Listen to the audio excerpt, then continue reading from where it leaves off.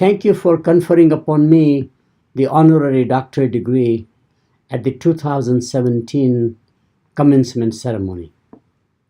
I'm sorry I cannot be there in person to receive this high honor. Shiv Nadar University has achieved a remarkable reputation in such a short period of time. Its graduates are now invited to be research scholars at top research universities on a worldwide basis, especially in engineering, math, and science. And of course, both the Indian as well as non-Indian corporations are recruiting other graduates on the campus.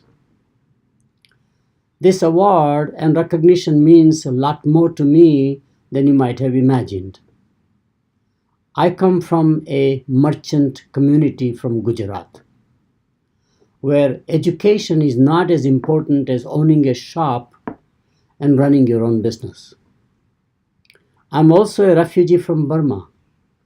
My father and his family went to Burma in 1918 roughly, and they were there very happy running shops and doing merchant trading for rice trading, till Japan took over Burma in 1940 and we became refugees in early 1941.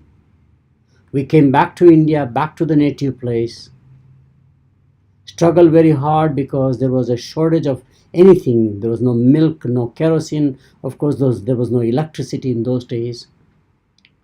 And we had no money. I probably would have ended up with no education, grade school education at best, running a family shop in this small village and a town in Kutch, Gujarat. And I'll be earning about 5,000 to 7,000 rupees a month and be happy because I don't know my own potential. I was lucky to have two older sisters. None of them graduated from high school, but very passionate about making sure that I study and educate myself, motivated me, mentored me, and that is the outcome why I went from being a merchant to an educator. I had another major break in life. As I have mentioned many times, dislocations in life, if you survive, are the greatest character builders.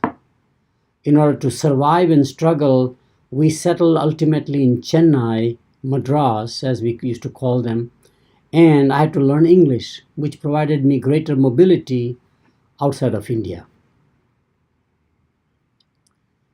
If you take a grain of wheat and make it into a loaf of bread, the value add is only 3 times. If you take a rough diamond and a good diamond cutter polishes and cuts and brilliance out, the value add is about 15 to 20 times. But if you take a human being, motivate, mentor, believe in them, polish, nurture, the value add is infinite. And I'm a living proof of that. I believe in that very strongly.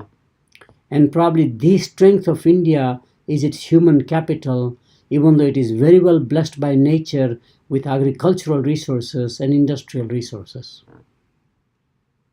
And my view is that if I can become a scholar, an academic, from a merchant community, anybody can aspire to do anything they want to do. I have 2 specific suggestions to my fellow graduates who are 2 generations younger than I am.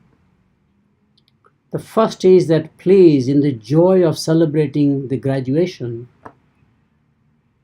go out of your way to thank your parents, thank your teachers, thank others who believed in you, invested in you, nurtured you over such a long period of time so you can graduate with education.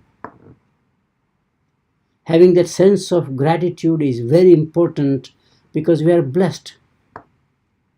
You are less than 10% of the population with the level of education that you have received in your life. Somebody recognized your potential and got that potential out for you. And my second request is that think of giving back now. The responsibility to contribute back to the society begins the day you graduate. And therefore, giving back is not something you do after thinking of a career and retirement and say, now how do I give back? Giving back is a daily exercise. It's a mindset, it's a mental attitude that how can I give back to the society who blessed me so much? Again, I'm so sorry I cannot be there in person, and I want to thank Shiv Nadar University for conferring upon me the honorary doctorate. Thank you.